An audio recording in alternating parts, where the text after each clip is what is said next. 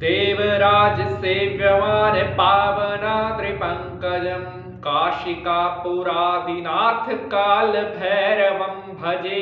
देवराज सेव्यमान पावनाद्रिपङ्कजं काशिकापुरादिनाथ काल भैरवं भजे।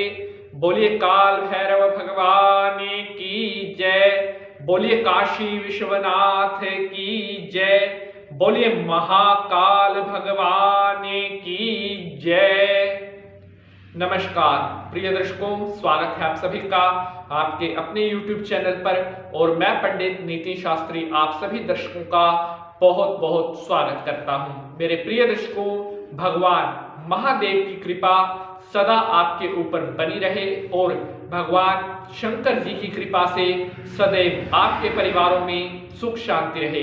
मेरे प्यारे साथियों, आज के इस एपिसोड में मैं आपको यह बताऊंगा कि साल 2020 में काल भैरव जयंती, काल भैरवाष्टमी कब है। प्रिय साथियों, काल भैरव को काशी का कोतवाल क्यों कहा जाता है और काल भैरवाष्टमी की पौराणिक कथा क्या है, यह भी मैं आज के इस एपिसोड में आप सभी को बताऊंगा। प्रिय बंधुजनों, वीडियो को प्रारंभ करने से पूर्व भक्तजन हस्त जोड़ करके भगवान शंकर देवता को बारंबार नमन करेंगे। बोलिए शंकर भगवान की जय। प्रिय साथियों, काल भैरवाष्टमी साल 2020 में कब है। साल 2020 में काल भैरव जयंती 7 दिसंबर सोमवार के दिन होगी। जी हाँ प्रिय साथियों, काल भैरव भगवान को काशी का कोतवाल कहा जाता है और ऐसी मान्यता है कि काशी के कोतवाल के रूप में इनकी नियुक्ति स्वयं भगवान शंकर जी ने की थी। प्रिय साथियों, एक बार तीनों देवताओं ब्रह्मा, विष्णु, महेश के बीच में श्रेष्ठ कौन था, इस बात को लेकर के वाद विवाद चल रहा होता है। तो इसी वाद विवाद में ब्रह्मा जी शंकर जी को कुछ बोल देते हैं, जिसके कारण भगवान शंकर जी को क्रोध आ जाता है और उसके बाद भगवान शंकर जी के अंश से काल भैरव की उत्पत्ति होती है और काल भैरव ब्रह्मा जी के उस सिर को अपने नाखूनों से काट देते हैं, जिस सिर से, जिस मुख से उन्होंने शिव जी के बारे में शब्द बोले थे और तब उन्हें ब्रह्म हत्या का पाप लग जाता है। तो इस प्रकार से काल भैरव के ब्रह्म हत्या के पाप को दूर करने के लिए भगवान शंकर जी उन्हें कहते हैं कि अब तुम पृथ्वी पर जाओ और जब तक ब्रह्मा जी का यह सर हाथ से नीचे नहीं छूटता तब तक तुम्हें पृथ्वी लोक पर ही रहना पड़ेगा। और उसके बाद जब ब्रह्मा जी का वह सर नीचे गिर जाता है तो काल भैरव को ब्रह्म हत्या से मुक्ति मिल जाती है। इस प्रकार साथियों, भगवान शंकर जी के अंश से काल भैरव की उत्पत्ति होने के कारण काशी का कोतवाल स्वयं भगवान शंकर नियुक्त करते हैं और ऐसी मान्यता है कि काशी विश्वनाथ में काल भैरव की पूजा के बिना भगवान शंकर जी की पूजा भी अधूरी मानी जाती है।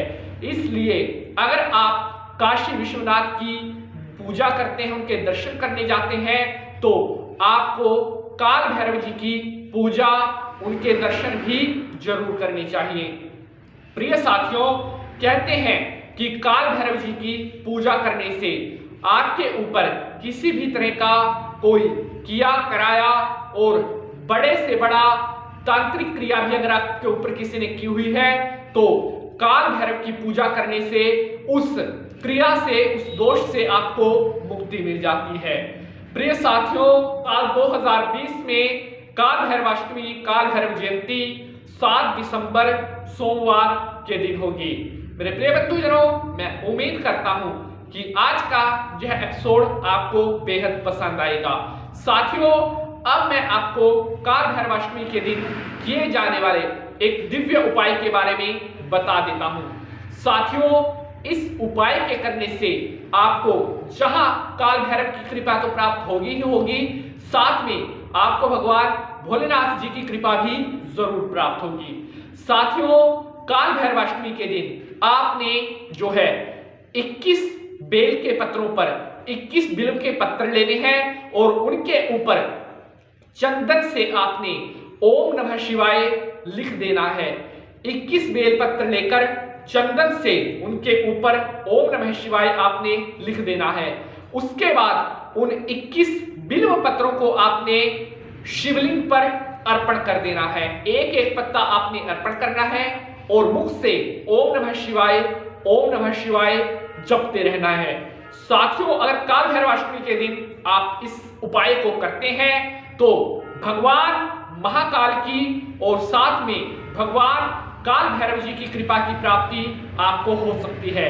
और आपको अगर किसी तरह से कोई शारीरिक रोग है, कोई शारीरिक कष्ट है, आपके घर में किसी भी तरह का कोई भी नजर किया कराया भूत प्रेत बाहरी शक्ति गलत शक्ति का कोई असर है तो काल भैरवाष्टमी के दिन अगर आप इस उपाय को करते हैं तो आपके घर से सभी नेगेटिव एनर्जियां, सभी बुरी शक्तियां आपके घर से बाहर चली जाएंगी। तो प्रिय साथियों, मुझे उम्मीद ही नहीं पूर्ण विश्वास है कि आज का यह एपिसोड आप सभी भक्तों को बेहद पसंद आएगा।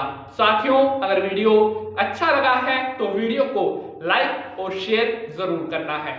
जो भी मेरे भक्त पहली बार पंडित नीति शास्त्री चैनल के साथ जुड़े हैं, चैनल को सब्सक्राइब करने के बाद बेल का निशान जरूर दबा लें, जिससे आपको आने वाली हर वीडियो की सूचना सबसे पहले प्राप्त हो सके।